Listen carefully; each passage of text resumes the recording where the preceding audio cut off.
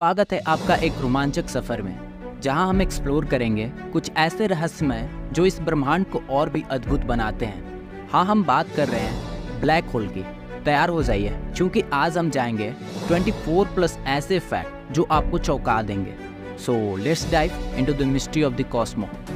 Fact number 1 है, black whole are invisible. दोस्तों, सबसे पहली बात, ब्लैक होल को देखा नहीं जा सकता। हाँ, ये सच है। ये इतने पावरफुल होते हैं कि लाइट भी इनकी ग्रेविटी से बच नहीं सकती। मतलब जब लाइट ही इनकी ग्रेविटी के जाल में फंस जाती है तो हम इन्हें डायरेक्टली देख नहीं सकते। अब सोचिए, हम किसी चीज़ को कैसे देखते हैं? जब लाइट किसी ऑब्जेक्ट पर गिरती है और वापस रिफ्लेक्ट होती है, तब हम उस ऑब्जेक्ट को देख पाते हैं। लेकिन ब्लैक होल के केस में लाइट ही वापस नहीं आ पाती, इसलिए ये हमें दिखाई नहीं देते। ब्लैक होल का ग्रेविटी इतना ज़्यादा होता है कि स्पेस टाइम को भी वार्प कर देते हैं। इसका मतलब ये अपने इर्द गिर्द के वक्त और स्पेस को भी तोड़ मरोड़ देते हैं। इनका इवेंट हॉरिजन, जो कि ब्लैक होल का बाउंड्री होता है, वो पॉइंट होता है जहाँ से लाइट भी वापस नहीं आ सकती। ये इवेंट हॉरिजन ही हमें बताता है कि यहाँ से आगे कुछ भी चला जाए तो वापस नहीं आएगा। तो हम ब्लैक होल को डायरेक्टली देख नहीं सकते, लेकिन हम उनके इर्द गिर्द के इन्वायरमेंट को ऑब्जर्व करके उनकी प्रेजेंस का पता लगा सकते हैं। जैसे कि जब एक ब्लैक होल किसी स्टार को अपनी तरफ खींच रहा होता है, तो वो स्टार का मटेरियल को अपनी तरफ खींचकर उसका एक्सेलरेशन डिस्क बनाता है। ये एक्सेलरेशन डिस्क बहुत ब्राइट होती है और हम इसे डिटेक्ट कर सकते हैं। इसीलिए ब्लैक होल इनविजिबल होते हैं, क्योंकि ये लाइट को भी ऑब्जर्व कर लेते हैं और इन्हें डायरेक्टली देख पाना मुमकिन नहीं है। Fact number 2, black hole size varies. क्या आपको पता है, ब्लैक होल अलग अलग साइज के होते हैं। कुछ इतने छोटे होते हैं कि एक एटम के साइज के बराबर, और कुछ इतने बड़े कि करोड़ों सूरज इसमें समा जाए। सबसे पहले बात करते हैं स्मॉलेस्ट ब्लैक होल की, जिन्हें प्राइमोर्डियल ब्लैक होल कहते हैं। ये ब्लैक होल यूनिवर्स के शुरुआती दिनों में बने थे और इनका साइज एक एटम के बराबर हो सकता है।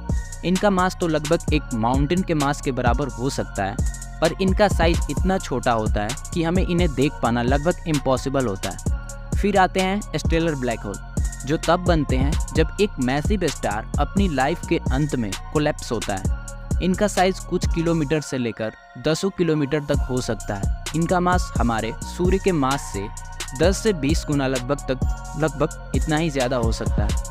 और सबसे बड़े ब्लैक होल को, जिसे हम सुपर मैसिव ब्लैक होल कहते हैं, ये ब्लैक होल गैलेक्सी के सेंटर में मिलते हैं और इनका मास करोड़ों सूर्य के बराबर हो सकता है, जो कि हमारी मिल्की वे गैलेक्सी के सेंटर में भी एक सुपर मैसिव ब्लैक होल है, जिसे सेजिटेरियस ए कहते हैं, जो लगभग 4 मिलियन यानी 4 मिलियन सोलर मासेस का है। यानी ब्लैक होल का साइज वेरी करता है एक एटम के साइज से लेकर करोड़ों सूर्य के बराबर मास वाले ब्लैक होल तक।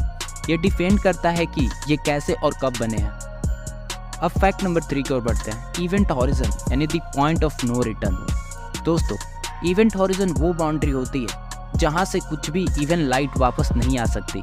इसी पॉइंट को नो रिटर्न भी कहा जाता है। तो समझिए, ब्लैक होल का एक सेंट्रल रीजन होता है जहां ग्रेविटी इतना ज़्यादा होती है कि उसकी इन्फ्लुएंस के आगे कुछ भी बच नहीं सकता। इस बाउंड्री को इवेंट हॉरिजन कहते हैं।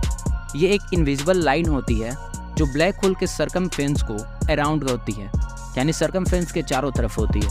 जब कोई लाइट इवेंट हॉरिजन को क्रॉस करती है तो वो ब्लैक होल की ग्रेविटी के जाल में फंस जाती है।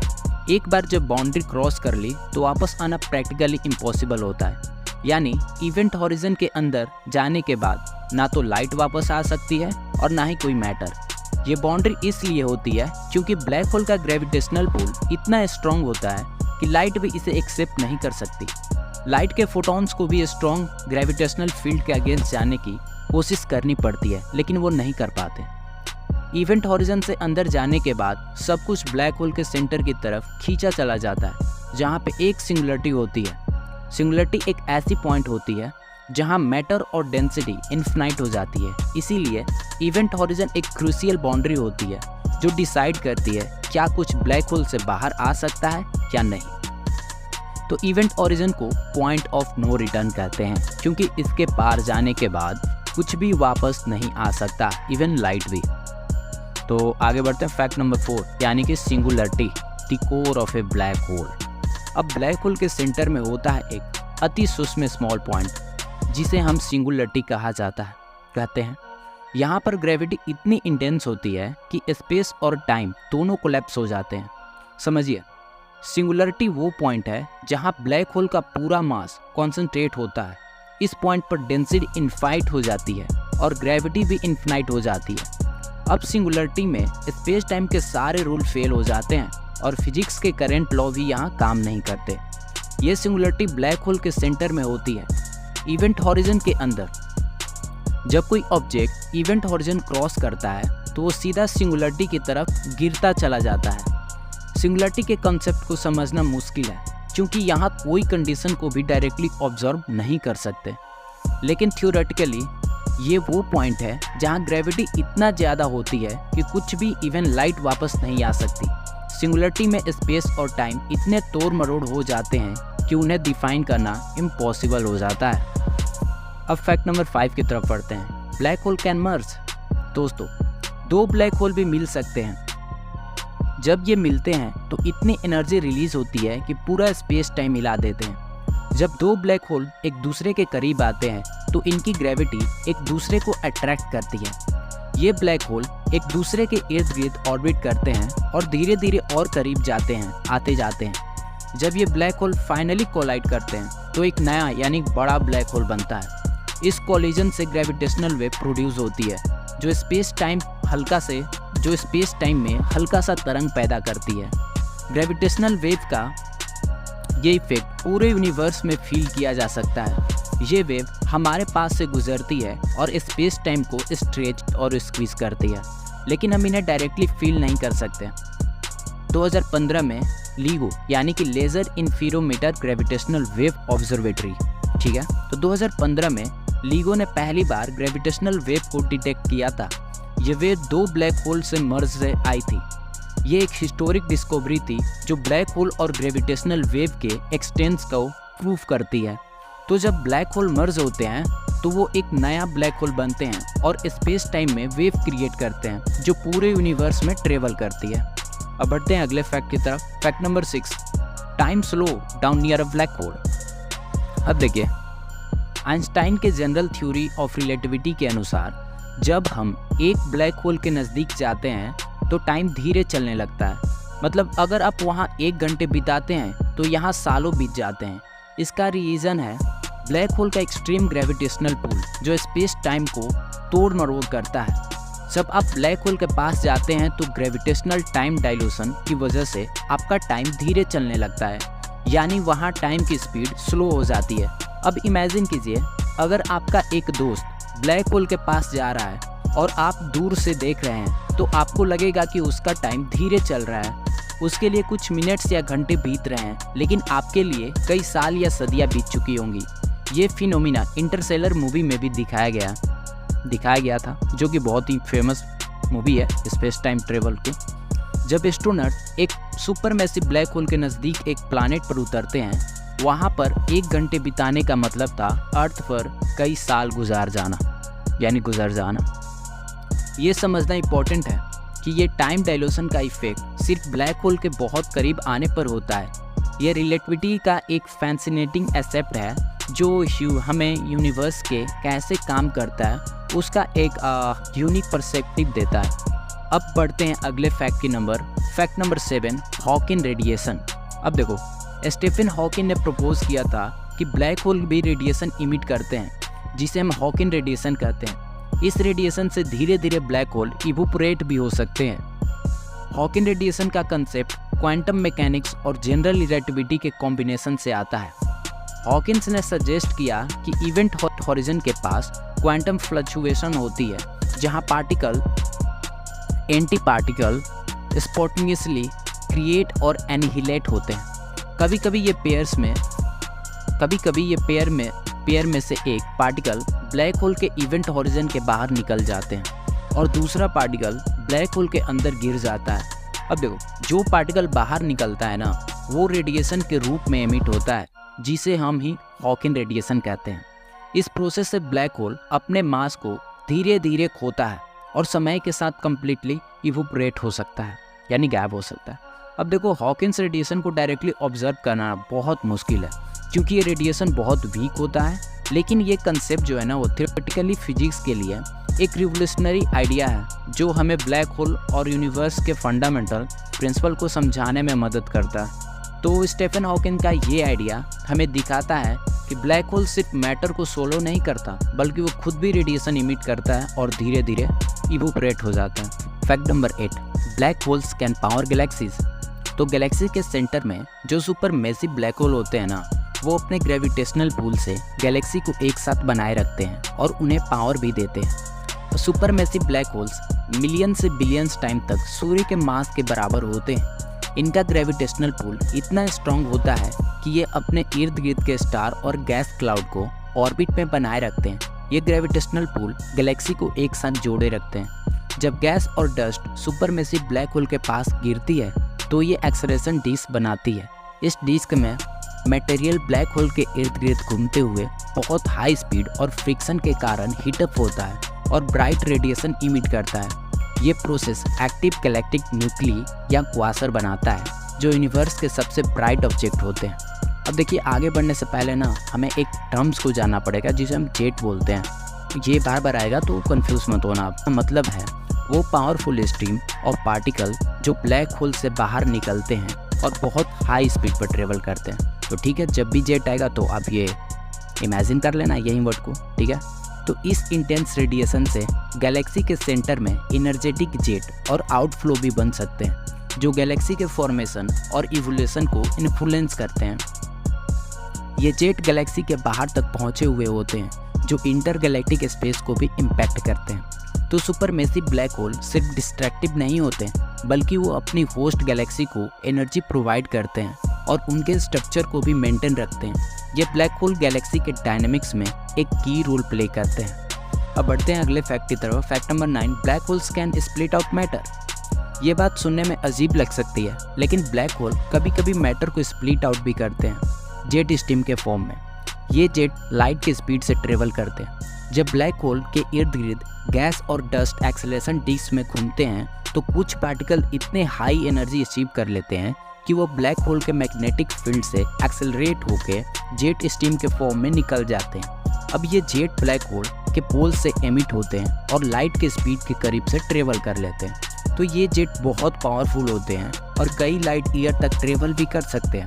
इन जेट से हाई एनर्जी पार्टिकल और रेडिएशन रिलीज होती है जो इंटरसेलर स्पेस को इन्फ्लुएंस करती है। और इस प्रोसेस से ब्लैक होल का मास लूज नहीं होता क्योंकि ये मटेरियल ब्लैक होल में गिरने से पहले ही जेट के फॉर्म में निकल जाते हैं। ये फिनोमिना एक्टिव गैलेक्टिक न्यूक्ली या क्वासर में देखा जा सकता है जो यूनिवर्स के सबसे एनर्जेटिक और ल्यूमिनस ऑब्जेक्ट होते हैं। तो ब्लैक होल सिर्फ मैटर को सोलो नहीं करते यानी निगलते ही नहीं हैं बल्कि वो कभी कभी मैटर को बाहर भी निकालते हैं जेट स्ट्रीम के फॉर्म में जो लाइट के स्पीड से ट्रेवल करते हैं और यूनिवर्स को इन्फ्लुएंस करते हैं।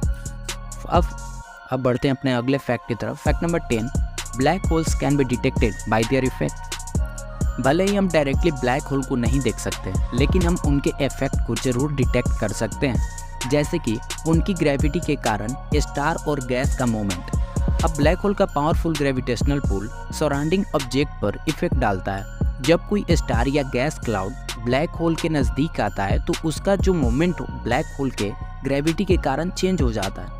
ये ग्रेविटेशनल इन्फ्लुएंस हमें ब्लैक होल की प्रेजेंस को इंडिकेट करता है। एक एग्जांपल के तौर पर जब एक स्टार ब्लैक होल के पास ऑर्बिट करता है, ठीक है, तो हम उस स्टार को ऑर्बिट के पैटर्न से ब्लैक होल की लोकेशन और मास का एस्टिमेट कर सकते हैं। अगर स्टार का ऑर्बिट अंडाकार है और वो बहुत ब्राइट और वो बहुत हाई स्पीड से मूव कर रहा है तो ये इंडिकेट करता है कि वहाँ एक इनविजिबल मैसिव ऑब्जेक्ट है जो कि ब्लैक होल हो सकता है। इसी तरह जब गैस क्लाउड ब्लैक होल के पास गिरते हैं तो वो एक्सेलरेशन डिस्क बनाते हैं और हाई एनर्जी इमिट करते हैं। ये एनर्जी एक्सरे के रूप में भी डिटेक्ट की जा सकती है। एक्सरे टेलीस्कोप से हम ये एनर्जी यानी कि हाई एनर्जी एमिशन को डिटेक्ट कर सकते हैं और ब्लैक होल का इनडायरेक्ट बोले तो ऑब्जर्वेशन कर सकते हैं, ठीक है। अब देखो LIGO जिसका फुल फॉर्म होता है यही लेज़र इंफेरियोमीटर ग्रेविटेशनल वेव ऑब्जर्वेटरी। तो ठीक है, लीगो जैसे ऑब्जर्वेशन ग्रेविटेशनल वेव को डिटेक्ट करते हैं जो दो ब्लैक होल के मर्ज से जो दो ब्लैक होल के मर्ज के टाइम इमिट होती हैं। ये वेव स्पेस टाइम में रिपल्स क्रिएट करते हैं और हमें ब्लैक होल के एक्सटेंस और उसके इवेंट के बारे में इंफॉर्मेशन प्रोवाइड करती हैं। तो हम डायरेक्टली ब्लैक होल को नहीं देख सकते, लेकिन उनके इफेक्ट को डिटेक्ट कर उनके प्रेजेंस और उनके कैरेक्टरिस्टिक्स के बारे में बहुत कुछ जान सकते हैं। अब fact number 11, stellar mass black hole. अब देखो, स्टेलर मास ब्लैक होल वो होते हैं ना जो मैसिव स्टार के कोलैप्स होने से बनते हैं। इनका मास 3 से 10 टाइम्स तक सूर्य के बराबर हो सकता है। जब एक मैसिव स्टार अपनी लाइफ के एंड तक पहुंचता है तो उसका न्यूक्लियर फ्यूल खत्म हो जाता है। इसके बाद स्टार का कोर अपनी ग्रेविटी के अंदर कोलैप्स करने लगता है। अगर कोर का मास 1.4 टाइम्स सूर्य के मास से ज़्यादा होता है तो ये कोलैप्स करके न्यूट्रॉन स्टार के ब्लैक होल बनाता है।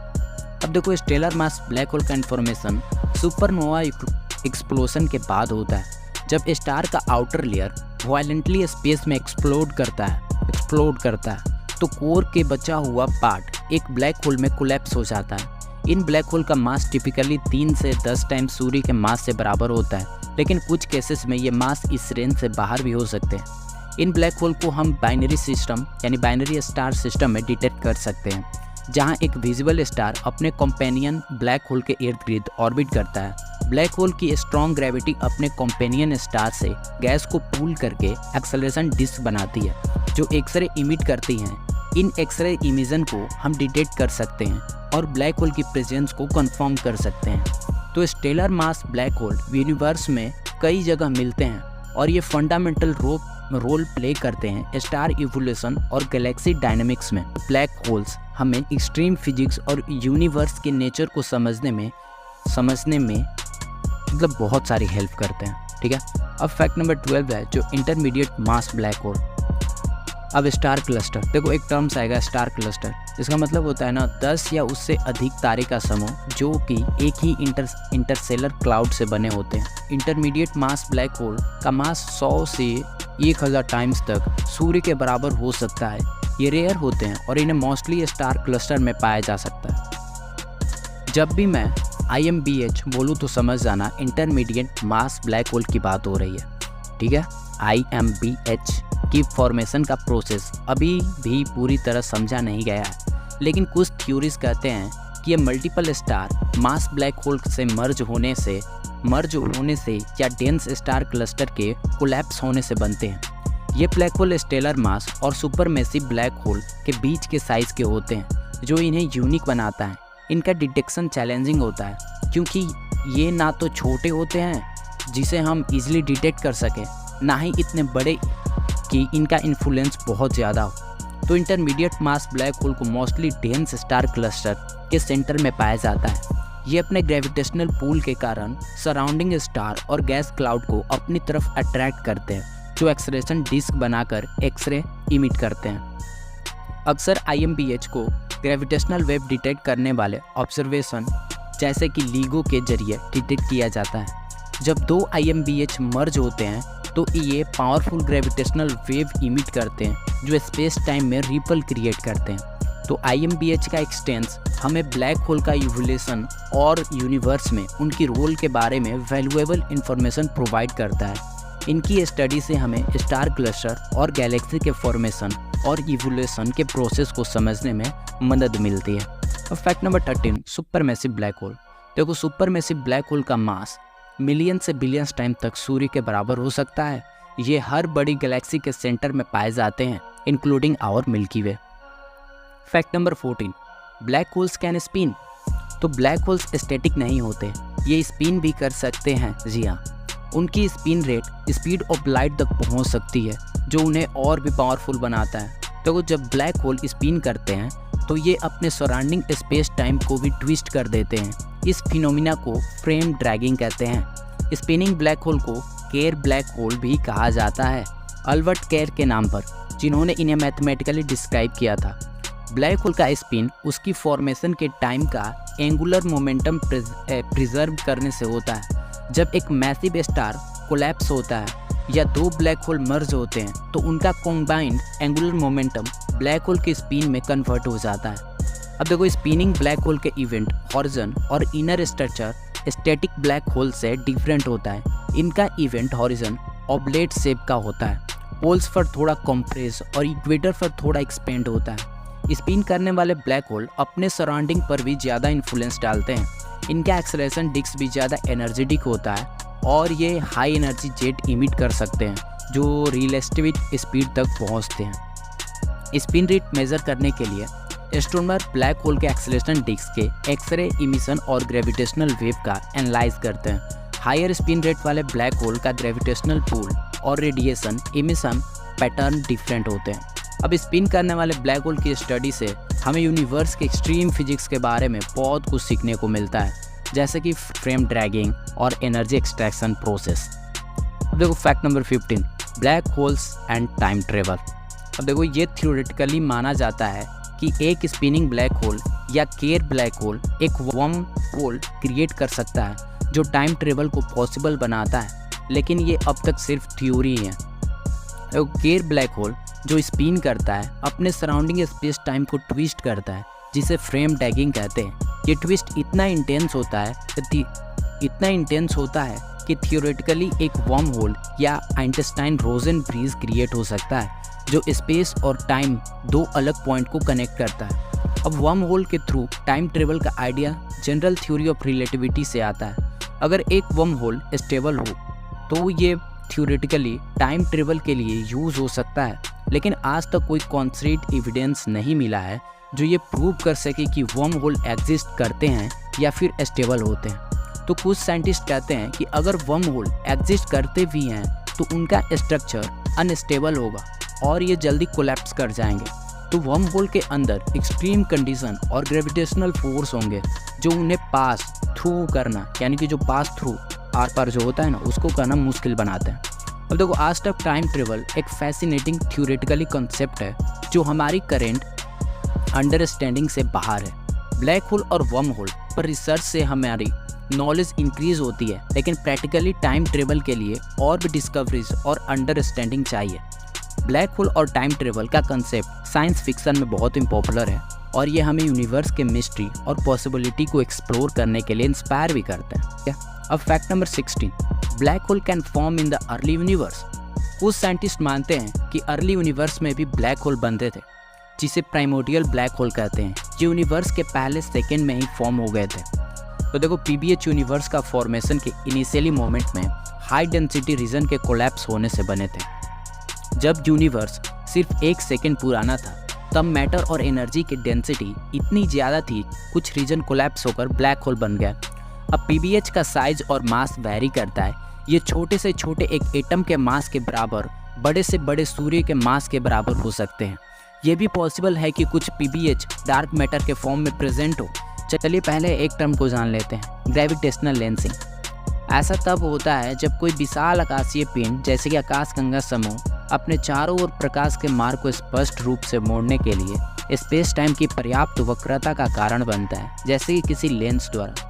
बस उसी को ग्रेविटेशनल लेंसिंग बोलते हैं। इन्हें डिटेक्ट करना मुश्किल है क्योंकि ये ट्रेडिशनल मेथड से इजीली ऑब्जर्व नहीं होते, लेकिन ग्रेविटेशनल लेंसिंग और गामा रे बर्स्ट जैसे फिनोमिना के जरिए इनकी प्रेजेंस का इंडिकेशन मिलता है।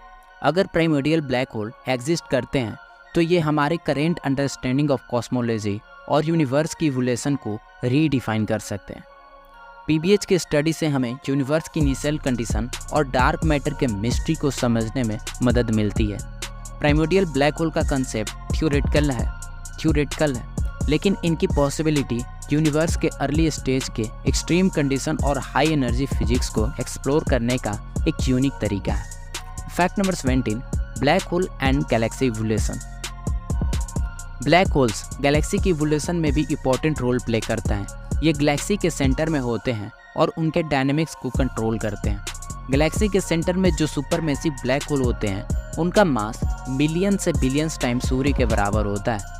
ये ब्लैक होल अपनी इमेंस ग्रेविटेशनल पूल से सराउंडिंग स्टार और गैस क्लाउड को अट्रैक्ट करते हैं और इनके एक ऑर्गेनाइज्ड स्ट्रक्चर में बनाए रखते हैं। सुपरमेसिव ब्लैक होल अपने एक्सरेशन डिस्क के थ्रू भी गैलेक्सी को इन्फ्लुएंस करते हैं। जब गैस और डस्ट इन ब्लैक होल में गिरती है तो ये extremely high energy radiation emit करते हैं जो सराउंडिंग इंटरसेलर मीडियम को हीट अप और आयोनाइज कर सकती है। ये प्रोसेस गैलेक्टिक विंड और जेट को जनरेट करता है जो गैलेक्सी के स्टार फॉर्मेशन रेट को रेगुलेट करते हैं। अगर सुपरमेसिव ब्लैक होल के एक्सेलरेशन डिस्क में मैटर रैपिड रेट से एक्यूमुलेट होते हैं तो ये एक्टिव गैलेक्टिक न्यूक्ली यानी कि एजियन कहलाता है। अब देखो, एजियन बहुत ब्राइट और एनर्जेटिक होते हैं और पूरी गैलेक्सी के डायनामिक्स को अफेक्ट कर सकते हैं। ये रेडिएशन और जेट सराउंडिंग रीजन को क्लियर कर सकते हैं, नए स्टार के फॉर्मेशन को ट्रिगर करते हैं या फिर एग्जिस्टिंग स्टार को डिसरप्ट करते हैं। इस तरह से ब्लैक होल गैलेक्सी के स्ट्रक्चर और इवोल्यूशन के सेंट्रल इंजन के रूप में काम करते हैं। इनकी स्टडी से हमें गैलेक्सी के फॉर्मेशन, ग्रोथ और डायनेमिक्स को समझने में मदद मिलती है। Fact number 18, black holes have no hair. ये एक फेमस थ्योरम है। Black hole have no hair मतलब ये सिर्फ 3 प्रॉपर्टी के बेसिस पर डिस्क्राइब होते हैं, मास, चार्ज और स्पिन। इस थ्योरम का मतलब ये है कि ब्लैक होल का एक्सटर्नल अपीयरेंस या स्ट्रक्चर सिर्फ इन्हीं 3 प्रॉपर्टी से डिफाइन होता है। चाहे ब्लैक होल कैसे भी फॉर्म हुआ हो, उसकी ओरिजिनल इन्फॉर्मेशन जैसे कि उसको बनाने वाले मैटर का डिटेल्स लॉस्ट हो जाती है और वो सिर्फ अपने मास, चार्ज और स्पिन से पहचाना जाता है। पहला तो मास देखते हैं, ठीक है। तो मास ब्लैक होल की स्पेस बेसिक प्रॉपर्टी है। ये उसकी ग्रेविटेशनल पुल को डिफाइन करता है। ज़्यादा मास वाला ब्लैक होल ज़्यादा स्ट्रॉन्ग ग्रेविटेशनल फील्ड क्रिएट करता है। अब चलो फिर चार्ज वाला देखते हैं। तो चार्ज ब्लैक होल का दूसरा पैरामीटर है। अगर ब्लैक होल इलेक्ट्रिकली चार्ज है तो उसके सराउंडिंग स्पेस में इलेक्ट्रिक फील्ड होगा, लेकिन most of black hole neutral होते हैं क्योंकि पॉजिटिव और नेगेटिव चार्ज दोनों बैलेंस हो जाते हैं। अब स्पिन को देखते हैं। स्पिन ब्लैक होल की रोटेशनल स्पीड को डिफाइन करता है। ये पैरामीटर बताता है कि ब्लैक होल कितनी फास्ट घूम रहा है। Spin rate speed of light तक पहुंच सकती है और ये ब्लैक होल के बिहेवियर और सराउंडिंग स्पेस टाइम को सिग्निफिकेंटली इन्फ्लुएंस करती है। अब इन तीनों प्रॉपर्टी के अलावा ब्लैक होल के पास कोई और डिस्टिंक्ट फीचर नहीं होता। ये कंसेप्ट यानी कि नो हेयर थ्योरम कहलाता है, जो कहता है कि ब्लैक होल सिर्फ इन्हीं प्रॉपर्टी के कैरेक्टराइज होते हैं और इनके बाहर से कोई और इन्फॉर्मेशन एक्सट्रैक्ट नहीं की जा सकती। Fact number 19, black holes in binary system. देखो, ब्लैक होल्स बाइनरी सिस्टम में भी होते हैं, जहाँ एक ब्लैक होल और एक नॉर्मल स्टार एक दूसरे के अराउंड ऑर्बिट करते हैं। ये सिस्टम बहुत इंटरेस्टिंग होते हैं। बाइनरी सिस्टम में एक ब्लैक होल और एक नॉर्मल स्टार एक दूसरे के ग्रेविटी से बांधे जाते हैं और एक कॉमन सेंटर के अराउंड ऑर्बिट करते हैं। ये इंटरेक्शन बहुत डायनामिक्स और कॉम्प्लेक्स होता है क्योंकि ब्लैक होल अपने स्ट्रॉन्ग ग्रेविटेशनल पुल से स्टार के मैटर को खींच सकता है। जब एक ब्लैक होल और स्टार क्लोज ऑर्बिट में होते हैं तो ब्लैक होल स्टार के और आउटर लेयर से गैस और प्लाज्मा को खींचने लगता है। ये मटेरियल ब्लैक होल के अराउंड एक एक्सेलरेशन डिस्क बनाता है जो एक्सट्रीमली हॉट और ल्यूमिनस होती है। अब एक्सेलरेशन डिस्क से हाई एनर्जी रेडिएशन इमिट होती है जो हमें बाइनरी सिस्टम के प्रेजेंस का इंडिकेशन देती है। इन बाइनरी सिस्टम में ब्लैक होल के एक्सेलरेशन प्रोसेस से एक्सरे बाइनरीज भी बन सकते हैं। ये एक्सरे एक्सट्रीमली एनर्जेटिक होते हैं और इन्हें टेलीस्कोप के थ्रू ऑब्जर्व किया जा सकता है। एक्सरे बाइनरीज ब्लैक होल और न्यूट्रॉन स्टार के इंट्रैक्शन का एक कॉमन कैरेक्टरिस्टिक है। अब देखो, बाइनरी सिस्टम में ब्लैक होल और स्टार का इंट्रैक्शन से ग्रेविटेशनल वेव भी जनरेट हो सकती है, स्पेशली जब ये दो बॉडीज मर्ज या फिर कोलाइड करती है। ग्रेविटेशनल वेव स्पेस टाइम के रिपल हैं जो एक्सट्रीमली एनर्जेटिक कॉस्मिक इवेंट से प्रोड्यूस होती है और इन्हें डिटेक्टर के थ्रू ऑब्जर्व किया जा सकता है। इस तरह से ब्लैक होल और नॉर्मल स्टार के बाइनरी सिस्टम हमें ब्लैक होल के बिहेवियर और प्रॉपर्टी को समझाने का एक यूनिक और वैल्यूएबल अपॉर्चुनिटी देते हैं। ठीक है, अब बढ़ते हैं number 20, black holes can tear apart a star. तो ब्लैक होल इतने पावरफुल होते हैं कि ये पास आने वाले स्टार को भी टीयर अपार्ट यानी कि अलग कर सकते हैं, जिसे टाइडल डिस्ट्रप्शन इवेंट कहते हैं। जब एक स्टार ब्लैक होल के नज़दीक आता है तो ब्लैक होल का ग्रेविटेशनल पुल स्टार का एक साइड पर ज़्यादा और दूसरे साइड पर कम फोर्स लगाता है। इससे स्टार स्ट्रेच होने लगता है और ये टाइडल फोर्स के कारण डिस्टॉर्ट हो जाता है। जितना स्टार ब्लैक होल के करीब आता है उतना ही ये टाइडल फोर्स ज़्यादा स्ट्रॉन्ग होते जाती है। एक पॉइंट के बाद ये टाइडल फोर्स इतने इंटेंस हो जाते हैं कि स्टार अपनी ग्रेविटी के अगेंस्ट होल्ड नहीं कर पाता और टीयर अपार्ट हो जाता है यानी अलग हो जाता है। ये इवेंट टाइडल डिस्ट्रप्शन इवेंट कहलाता है। इस प्रोसेस में स्टार का मटेरियल ब्लैक होल के अराउंड एक एक्सेलरेशन डिस्क बनाता है जो एक्सट्रीमली हॉट और ल्यूमिनस होती है। टाइडल डिस्क्रप्शन इवेंट से हाई एनर्जी रेडिएशन और एक्सरे इमिट होती है जो टेलीस्कोप के थ्रू ऑब्जर्व किए जा सकते हैं। ये इवेंट शॉर्ट लाइव्ड होते हैं, लेकिन इनका स्टडी हमें ब्लैक होल के बिहेवियर और सराउंडिंग इन्वायरमेंट के बारे में बहुत ही वैल्यूएबल इन्फॉर्मेशन देती है। इस तरह से ब्लैक होल के पास आने वाले स्टार टाइडल फोर्स के कारण टियर अपार्ट हो सकते हैं, यानी अलग हो सकते हैं, और ये ड्रामेटिक इवेंट्स हमें ब्लैक होल के इमेंस पावर और ग्रेविटी के कारण होने वाले इफेक्ट को समझने में मदद करते हैं। Fact number 21, black holes and dark matter. देखो, डार्क मैटर के कुछ थ्योरीज के अनुसार ये भी स्मॉल प्राइमेडियल ब्लैक होल से मिलकर बना है, लेकिन अब तक ये एक मिस्ट्री ही है। डार्क मैटर एक अनसीन सब्सटेंस है जो यूनिवर्स के टोटल मास का मेजर पोर्शन बनाता है। यह ना लाइट इमिट करता है ना ऑब्जर्व करता है और इसलिए हमें डायरेक्टली नहीं दिखाई देता। साइंटिस्ट इसके एक्सटेंस को उसके ग्रेविटेशनल इफेक्ट से इन्फर करते हैं। एक थ्योरी एक सजेस्ट करती है कि dark matter small प्राइमेडियल black hole से बना है जो यूनिवर्स के अर्ली मोमेंट में फॉर्म हुए थे। ये ब्लैक होल इतने छोटे हुए हैं कि उन्हें डिटेक्ट करना मुश्किल है, लेकिन ये यूनिवर्स के मास और ग्रेविटेशनल पूल में सिग्निफिकेंट रोल प्ले करते हैं। तो देखो, प्राइमेडियल ब्लैक होल का फॉर्मेशन बिग बैंग के तुरंत बाद हुआ था, जब एक्सट्रीम डेंसिटीज और टेम्परेचर इक्विवेलेंट थे। अगर ये ब्लैक होल डार्क मैटर का पार्ट है तो ये हमें यूनिवर्स के फॉर्मेशन और स्ट्रक्चर के बारे में नई इंसाइट दे सकता है। लेकिन अब तक डार्क मैटर और प्राइमेडियल ब्लैक होल के बीच की कनेक्शन एक मिस्ट्री ही है। देखो, एस्ट्रोनॉमर और फिजिसिस्ट इस थ्योरी को वेरीफाई करने के लिए कंटिन्यूअस रिसर्च और ऑब्जर्वेशन कर रहे हैं। डार्क मैटर का असल कॉम्पोजिशन और इसकी प्रॉपर्टीज अब तक समझ नहीं आया है, और इस मिस्ट्री को सोल्व करना मॉडर्न एस्ट्रोफिजिक्स के सबसे बड़े चैलेंज में से एक हो सकता है। Fact number 22, black holes can form in dense star cluster. सबसे पहले तो हम एक टर्म्स को देख लेते हैं, ग्लोबल क्लस्टर। एक बड़ा कॉम्पैक्ट स्फेरिकल स्टार क्लस्टर जो आमतौर पर किसी आकाशगंगा के बाहरी क्षेत्रों में पुराने तारों का होता है, बस उसी को ग्लोबल क्लस्टर कहते हैं। अब देखो, डेंस स्टार क्लस्टर जिसे ग्लोबल क्लस्टर कहते हैं, इनमें भी ब्लैक होल फॉर्म हो सकते हैं। इन क्लस्टर में बहुत हाई स्टार डेंसिटी होती है। ग्लोबुलर क्लस्टर स्फेरिकल कलेक्शन का स्टार होते हैं जो गैलेक्सी के हैलो में पाए जाते हैं। इन क्लस्टर में हज़ारों से लेकर लाखों तक स्टार होते हैं जो एक दूसरे के बहुत करीब होते हैं।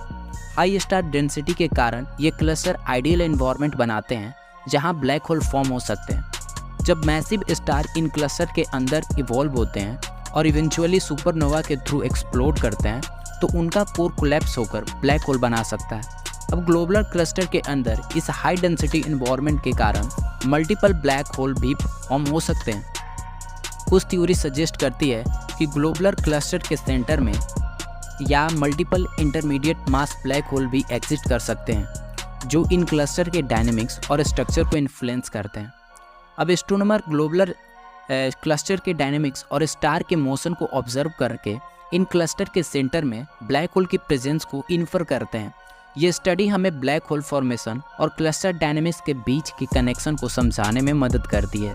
इस तरह से डेंस स्टार क्लस्टर या ग्लोबुलर क्लस्टर या ब्लैक होल के फॉर्मेशन के लिए परफेक्ट एनवायरनमेंट बनाते हैं, और इनका स्टडी हमें ब्लैक होल और स्टार क्लस्टर के इवोल्यूशन के बारे में वैल्यूएबल इंसाइट देता है।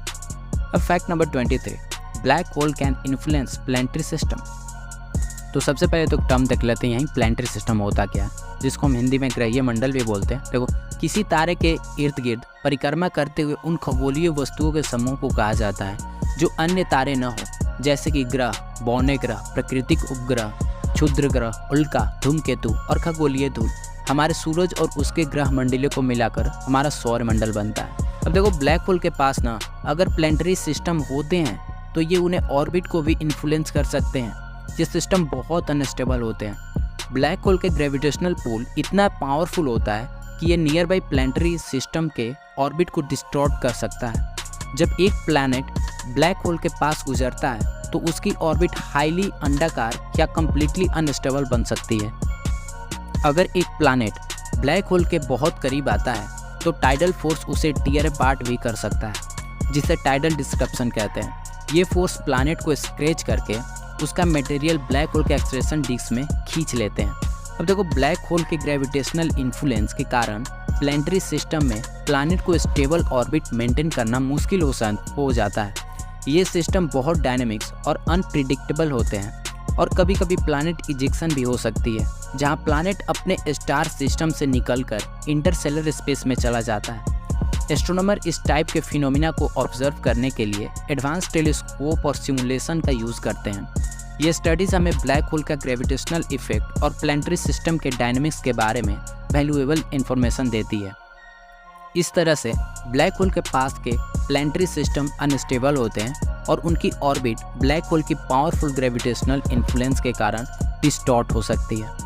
ठीक है, तो फैक्ट नंबर 24 देखते हैं, black hole and gravitational red shift. देखो, ब्लैक होल के पास लाइट का वेवलेंथ स्ट्रेच हो जाता है, जिसे ग्रेविटेशनल रेड शिफ्ट कहते हैं।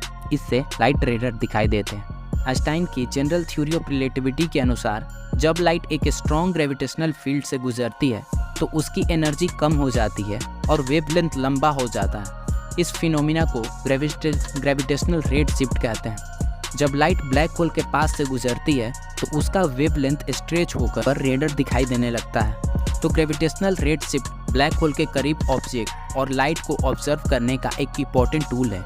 जब हम ब्लैक होल के इवेंट हॉरिजन के करीब लाइट को ऑब्जर्व करते हैं तो हमें एक रेड शिफ्ट दिखाई देती है, जो उसकी इंटेंस ग्रेविटी का प्रूफ है। इस रेड शिफ्ट को एक्यूरेटली मेजर करके साइंटिस्ट ब्लैक होल के मास और ग्रेविटेशनल फील्ड के स्ट्रेंथ को डिटरमाइन कर सकते हैं। ये स्टडी हमें ब्लैक होल और उनके विकिनिटी में होने वाले फिनोमिना के बारे में वैल्यूएबल इंफॉर्मेशन देती है। इस तरह से ग्रेविटेशनल रेड शिफ्ट हमें ब्लैक होल के ग्रेविटेशनल इफेक्ट को समझने और उनकी प्रॉपर्टीज़ को मेजर करने में मदद करता है। Fact number 25, black holes can trap neutrinos. तो न्यूट्रिनोस जो ऑलमोस्ट मासलेस पार्टिकल होते हैं, वो भी ब्लैक होल के ग्रेविटेशनल पूल से ट्रैप हो सकते हैं। ये भी सोचने वाली बात है। देखो, न्यूट्रिनोस बहुत ही छोटे और हल्के पार्टिकल होते हैं जो यूजुअली किसी भी मैटर के थ्रू बिना किसी रेजिस्टेंस के ट्रेवल कर सकते हैं। लेकिन ब्लैक होल के ग्रेविटेशनल पुल इतना स्ट्रांग होता है कि ये न्यूट्रिनोस को भी ट्रैप कर सकता है। जब न्यूट्रिनोस ब्लैक होल के पास से गुजरता है तो उनकी ट्रेजेक्टरी ब्लैक होल के ग्रेविटेशनल फील्ड के कारण बेंड हो जाती है। अगर न्यूट्रिनोस ब्लैक होल के इवेंट हॉरिजन के अंदर आ जाए तो वो भी उस ग्रेविटेशनल पूल से नहीं बच सकता और ब्लैक होल में ट्रैप हो जाता है। ये फिनोमिना हमें ब्लैक होल की एक्सट्रीम ग्रेविटेशनल स्ट्रेंथ के बारे में एक और सबूत देती है। देखो, न्यूट्रिनोस को ट्रैप करने की कैपेबिलिटी और भी फैसिनेटिंग बनाता है, क्योंकि न्यूट्रिनोस को ट्रैप करना नॉर्मली बहुत मुश्किल होता है। साइंटिस्ट इस फिनोमिना को स्टडी करके ब्लैक होल और न्यूट्रिनोस के इंट्रैक्शन के बारे में वैल्यूएबल इंफॉर्मेशन गैदर करते हैं। यह स्टडी हमें यूनिवर्स के फंडामेंटल पार्टिकल और फोर्स के बारे में डीप अंडरस्टैंडिंग देती है। इस तरह से ब्लैक होल के पावरफुल ग्रेविटेशनल पुल से न्यूट्रिनोस भी एक्सेप्ट नहीं कर सकते, वो उनमें ट्रैप हो जाते हैं। तो दोस्तों, ये थे कुछ 25 fascinating fact about black hole. Black hole की दुनिया कितनी मिस्टीरियस है, एक्साइटिंग है ना। अगर आपको ये वीडियो पसंद आया है तो लाइक, शेयर और सब्सक्राइब जरूर करना। मिलते हैं नेक्स्ट वीडियो में, तब तक के लिए कीप एक्सप्लोरिंग द यूनिवर्स।